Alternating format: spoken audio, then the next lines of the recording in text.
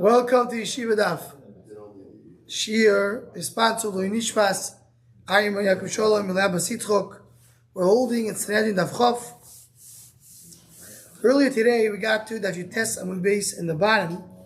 We got to the words. It's about it's 6 lines at the bottom. Ksiv Palti v'Ksiv Paltiel. So we learned in the morning. Mentioned who's Paltiel, who's Palti, Palti Melaish.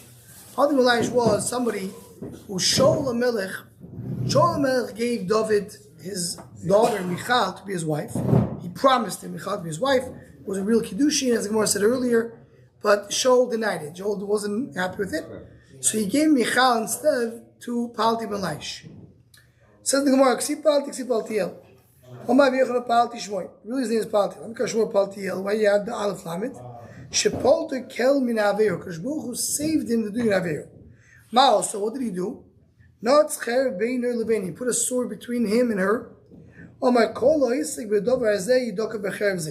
Anyone who's going to try to do an Aveira, he will be stabbed with this sword. So he saved himself out there, being with Michal for all the years, for many years. He never had a bila with her. It says that her husband went with her. Masha did had issues. She took care of her, he supported her, but that was it. He was going crying. They lost the mitzvah. He was able to stand in front. They had no tambiyah all the years they were together. The Yichud there wasn't maybe. But maybe they couldn't get out because of the melech. Now, the Chaim Shmulevitz says, Musar says, what should I put a sword? I have to put a sword. You say, I'm not doing it. You want to have always a reminder. You always have to have the encouragement. Remember, reminding you what it is. You have a sword of it to remind you. Says the Gemara, take Shel Yosef and Vesanusoi Shel Boyaz.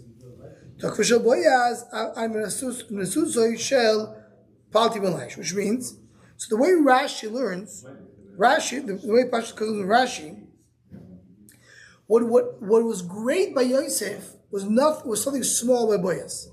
What was great by Boyaz, by Palti Melaish was small. Right? How does he explain it? He says, take the share son of Boyaz,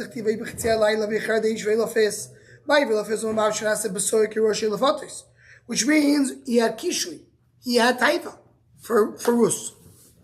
Now, why was there something? Because she was pnuya, she was available. The Ben Yehoyada adds that he was supposed to do yibum with her. So there was actually a mitzvah happening. So Boyaz had Rus right now next to him in the field. And she's laying down the whole night. And he had taiva for her. And he had every good excuse to do it. And she was a pnuya, had a mitzvah yibum. Just do it. He felt it was not right to do it then. We had to wait till the morning to go to the basin to do it the right way. So that was his thing, and that's why he's considered to be greater than Yosef. Because Yosef, as Rashi explains, was with Eish's Ish. So we're going to do that's what it means. That's what it means that the void to Yosef and Venasus Shel Boyaz, meaning what the greatness of Yosef for Boyaz, that was nothing. Boyaz didn't have a challenge with Eish's Ish. That was not even a challenge for him. The challenge for him was a Pnuya. Was a greater challenge. And continues with Afchav Mudalef. Toik Shel Boyaz and Venasanusoi Shel Palti Melaish. The Toik for Boyaz, that was that novel Palti Melaish.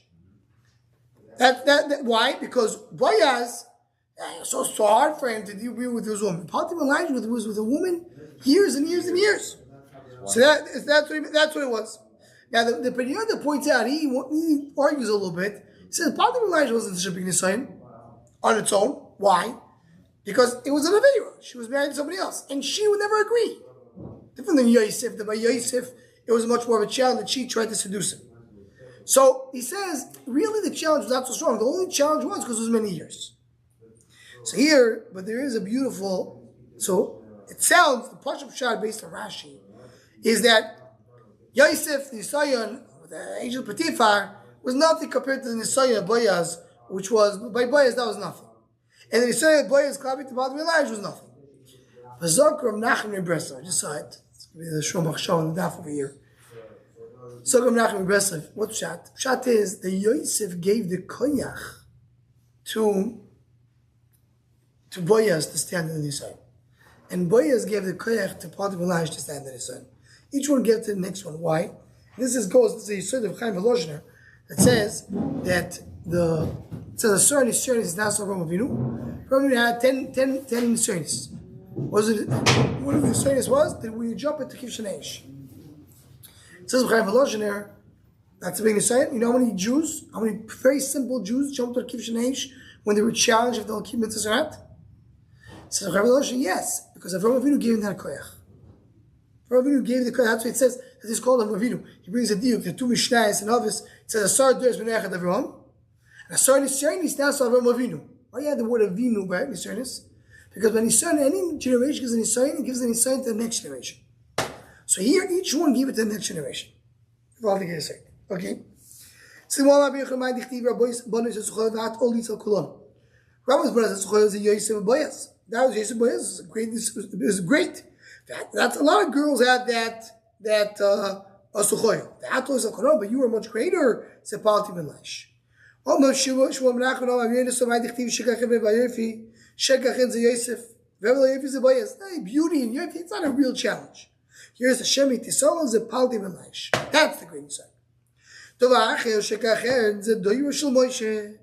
Yosef is a Doyu Shel Yeshua. Moshe Yeshua. Here's the Shemi Tisol ze Doyu Shel Chizkiah. Okay, by Chizkiah the Mamish learned Torah in a much greater way. Because everybody knew Torah, so it was a different level of ideas of Torah there was in the time of Chizkiah. The V'achar shekachet the Dosh Moshe v'Yeshua, Hevel Evis Dosh Chizkiah still considered to be not a lot. Here's Shemet Yisrael, the Dosh Abidu B'Rabiloi, Omel Abidu B'Rabiloi, Shisho Talmidim Iskasim Tas Achas, Voiski B'Torah, Abidu B'Rabiloi. 6 Talmidim learned together. They had mysterious nefesh Torah. Not only they knew Torah, they were so poor, and they had one talis for 6 people to cover together because they were so poor, and that was the sacrifice that they did for Torah. That's what they consider to be the greatest. So the Mishnah. Meis to meis, einu yitzei petach paltarim shaloi. Right? The king doesn't have to leave his palace to go after the meis. He could go out if he wants to. He went after Avner. What's the story with Avner? There's again Shmuel base. Avner was the Sar HaTzava. He was the general of Shaul. And he was a very great person. Very, very chosh, very nichbad person. He was the Sar HaTzava by Shaul HaMelech, and he was the one who served Shaul and served his son all the years. But then, if I'm not mistaken, the son of Shaul, Mephibosheth, suspected Avner, I think it was Mephibosheth or Shaul himself, I forget who it was, suspected Avner that he slept with the Pilegesh of Shaul. So Avner says, I sacrificed my whole everything for you, and that's how you choshen me. I'm going to David HaMelech. And he went, and he was a man of David HaMelech. He accepted David HaMelech as a king, and he went and he basically rebelled against Shaul and he went to David. There was a story before that there was Yoav ben Tzruya. Yoav ben Tzruya was a Sar Tzava of David HaMelech, and he had 2 brothers. I forgot the names for a moment. There were 3 brothers, and there was a war earlier between the people of David and the people of Shaul, and they were fighting the war. And one of the brothers, the 3rd brother of Yoav, he ran after Avner, and the Navi says Avner turns around. The Kibbamish can see this in your imagination. Avner turns around and tells this person, I forget his name now, Amos, I think it was Amos, tells him, stop running after me.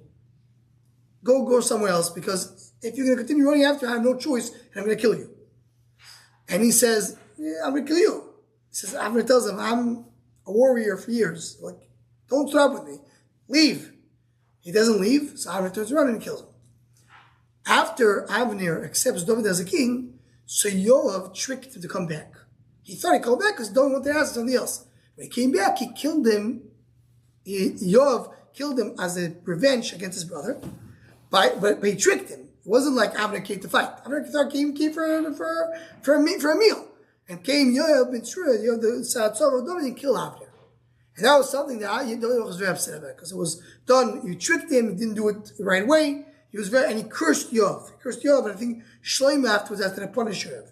So the Mishnah says over here like this, that when Avner died, David HaMelech went after the bed. He went to the Levaya.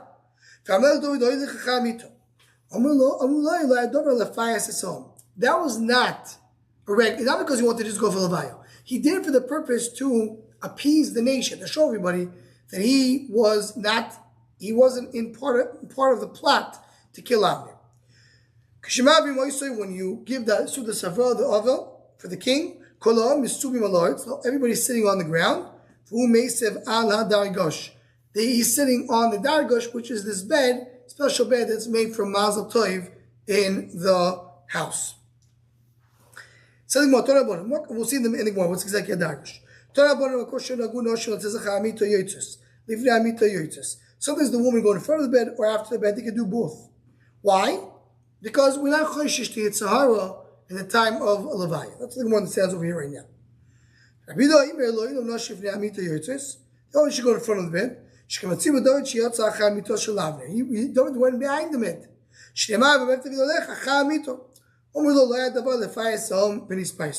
No, it doesn't mean that the woman were in front, it was in the back.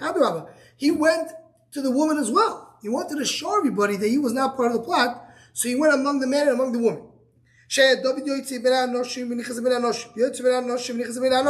the man and the woman. He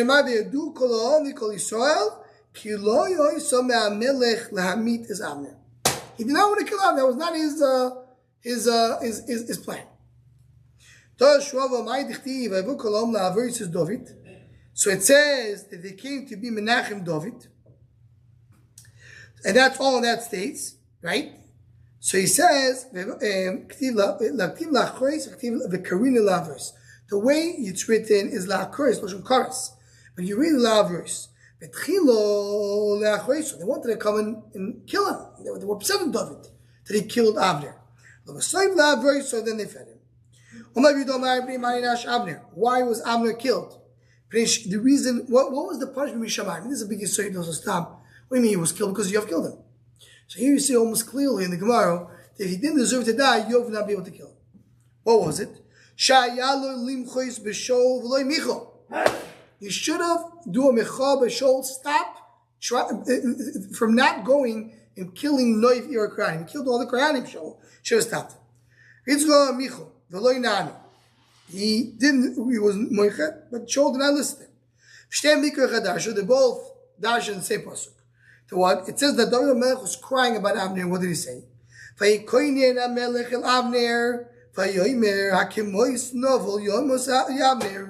Why is Avner dying like a novel, like someone who's cursed? So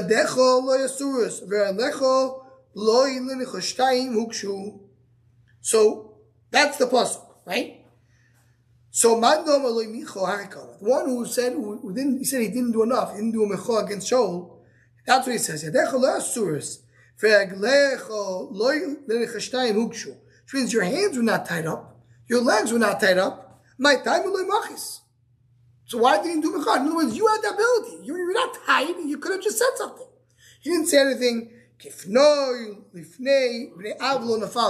And therefore you died. Because you did not stop it. You weren't tied up. And you didn't say what you had to say. That's what you died. It was a statement. You died because you did something wrong. According to Madon, he did do a mecha. He was never answered. So that was a question. Why do you die like a novel? You weren't tied up. So you didn't stop yourself from doing mecha. So why did he fall? So okay, so why was he punished? What happened was, now here's a Mechalikas Rashi tells us exactly what was the sequence of events. But the David HaMelech, after the Ptira of Shaul, for 7 years. It took us 7.5 years for him until he became king in Am Yisrael. In the meantime, he was a king only in Hebron. Now, 5 years, it was just like an empty, like some kind of a limbo time. 2 years, Mephibosheth, Abner made Mephibosheth the king. So he made the son of Shaul to the king, and that's why it was another 2 years. So the time that gets Abner is, why did he make him the 2 years king? He should just let David be the king right away. He was supposed to be the king based on a Navi. Now, how exactly was how exactly was the sequence of events? So Rashi learns. So there was the last 2 years. In other words, 5 years was nothing. 2 years Mephibosheth became the king. And then there was another half a year that was in between until David became king. So Tony's asked Rashi, so why it's 2.5 years? Only 2 years. He made Mephibosheth king for 2 years. So therefore Toysa says that it was in the beginning. In the beginning, for 6 months he was busy to get Mephibosheth ready, and then Mephibosheth was for 2 years. Then there was another 5-year break. If you want to make Mephibosheth, you would save 2.5 years, and you have only the 5 years. So that's the time in Avner that he delayed the Malchus Beis David by 2.5 years. Okay, Zok the Gemara. Okay, Shemavim Oisoy Maya Dagosh. He says he sits in a Dagosh. What's the Dagosh? Omer Ula, the first shot we mentioned, the Mishnah Arts of the Gado. There used to be beds in the house that were meant for Mazel Tov. That's what it is.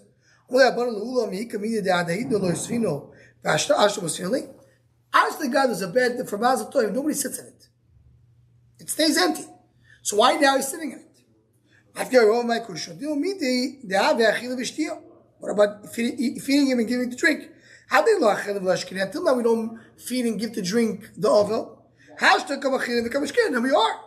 So we were giving him to sit on that bed as well. So I'll tell you what's up. It says, the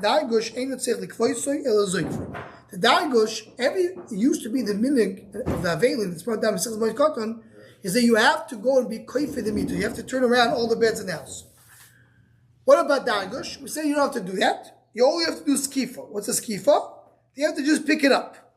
Like you don't completely turn it around, you just pick it up. He's like, if you're talking about just a mazel bed, why don't you have to turn around? So let me tell you about the koife. There's a din, you koife all the meters. So why are you treating it differently? If it's a regular bed. One second. Not every bed you go and turn around. A bed which is meant for kaling, to put on it items, like a table, you don't turn around. It's not meant to sit on it. Only for kalim. So this you have to be koife. It says in Dargush, you know when you do Dargush, you take out its bows, like the loops, where it connects, the strings that connects to it, and it falls down. The second doesn't have these not bows, whatever it's called. It doesn't have that. And he used to go to the market of the hides. Formerly, my Dargush also that salo. It's a bed which is made with hides. So it is. Now, and this way you don't want to turn around because it's going to ruin the hide. Dargush, what's it in a Dargush regular bed? I don't know if you remember, we saw this also in Mishnah Kotam. What it says is Nafchov base Sirugo Dargush Sirugo Mitoicho Mitos Sirugo Me'algabo. They both have the bed and the Dargush is basically have some kind of mat. The bed is made out of other material, and the Dargush is made of leather. But then how you tie it up, how the strings that come out that connect to this mat, how they tie up to the square of the bed. So the Dargush, there's holes in the square, in the metal, there's holes and it goes into the holes. And the bed, it goes above the poles. So you have the poles of the bed, right? You have like 4 poles, and around the poles you have strings that tie the mattress to the bed. That's above it. The Dargush goes inside. Says the Gemara, clay hates a metal, a wood. When does it get tumah? Hamito ve'ariso mishishufe moradak. Bed and arisa, once you smooth them with the hide of a fish, with the skin of the fish. But if you're telling me that the board of the bed is covered, because the strings are covering it, so why do I need to smooth it? In fact, the smoothing it means you can see that board. It's not covered with the strings. And my bed and dargosh, the strings that come out of the mat go inside the mat, inside the square. Right? You have like the frame of the bed. It goes into the frame, not above the frame, but within the frame. There's holes in the frame.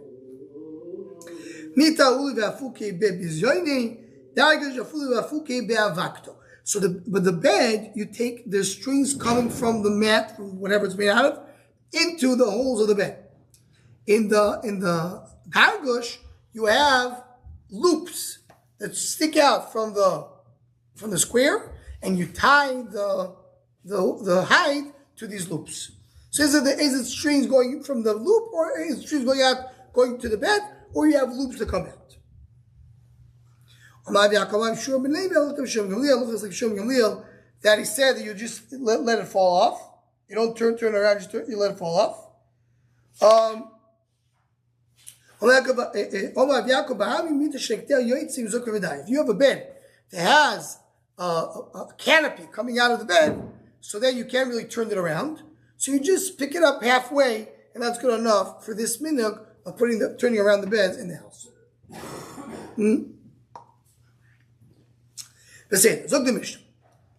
The king can decide to go to war with a base in 71. He can decide to make a way, to create a pathway, and nobody can say, I don't let you. The size the king has, there's no shear for how big the king's way will be. When they go to war, and the nation takes loots, whatever they're able to find in the war, they have to give to the king. We'll see in the Gemara, have to give 50% to the king, and he takes the first part. We already learned in the previous parak that in order to go to war, you have to have 71. So why does it say over here again? Because we mentioned everything about the king, so we mentioned this part as well that you can take out to war. Whatever it says in the story of Shmuel says you'll take your kids for slaves and your daughters for wives, and he can do all that. The parsha of Shmuel was only to scare Am Yisrael, but not that's Allah. He wanted to be to scare them. Whatever is described by Shmuel, Melech can do. Just to scare them. This is another thing. It says 3 mitzvahs the Am Yisrael have when they went into Eretz Yisrael. Go to Eretz Yisrael, they get 3 mitzvahs. La'amid la'melech, u'la'achri zar shel ha'molik, ve'livnois lehem beis ha'bchir. 3 things: to appoint a king, to build Beis Hamikdash, and to destroy Amalek. That it says, by the way, it says, there's 3 mitzvahs that happen there. Says the Gemara, they said it because of their complaint. So he says, in other words, they asked for a king, and it was not a proper thing to do, as we'll see in a moment. So he said, okay, so the king, your king you're going to get is going to be a king that'll cause you a lot of suffering. The older people in the generation asked properly, you want a king to be our dayan.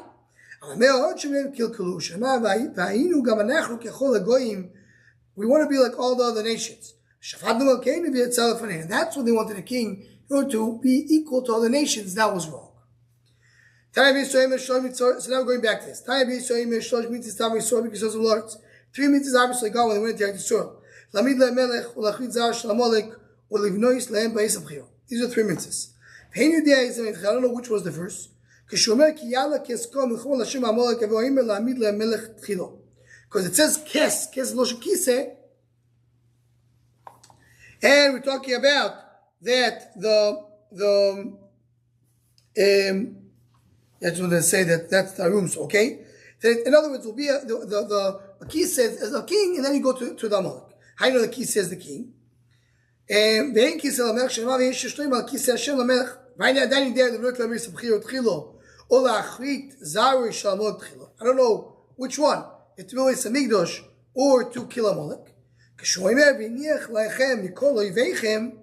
When it says Hakadosh is going to give you menucha, v'yam lo k'v'shivcha Hashem. So it says that menucha, and then you build this Samigdosh.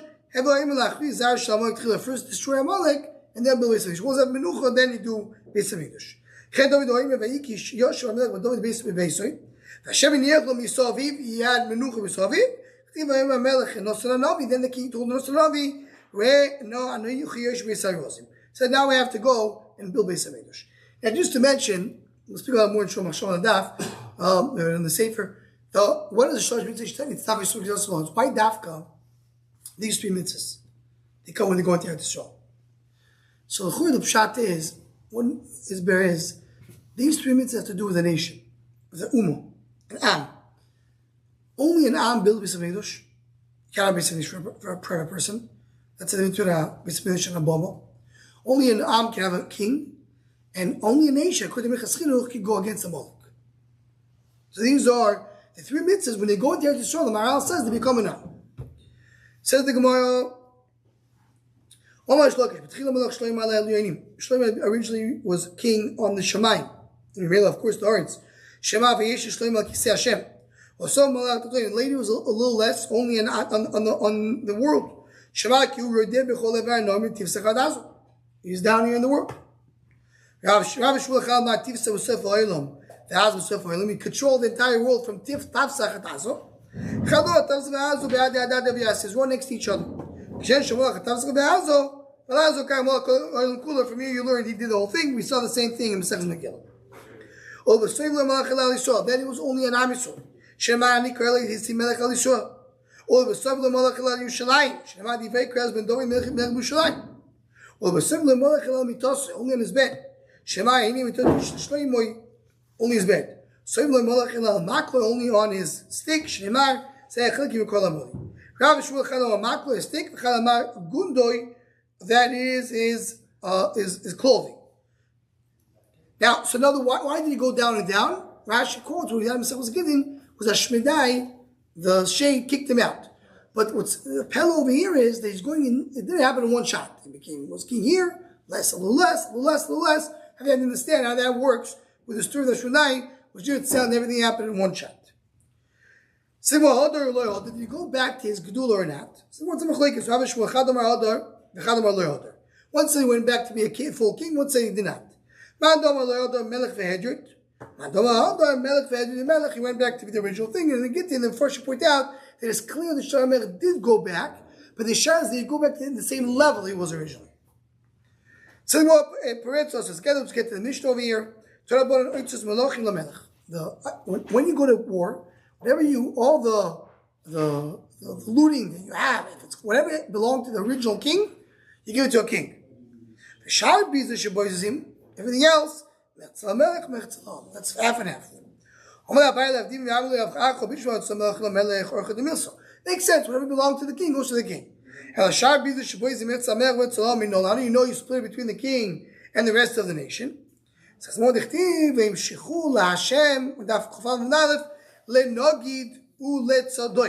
the meaning of Nogid, the king, and Tzadok. Makish Nodnik Tzadok. Tzadok is the name of a kohen. Mat Tzadok Mechtzaloi Mechtzaloi, as we saw before. You saw in Bovasu. You split it half and half between the kohen God and the other brothers. Af Nogid Mechtzaloi Mechtzaloi. The Tzadok, we know, we know that. Tanya B'yoyim Evoisolah, and Levonov Mechtzaloi Mechtzaloi. We have a kohen God and his children. They split it half and half. So the king splits it half and half with the nation. And that's what you do when you go to war. We'll stop over here. And this is what we're going to end today.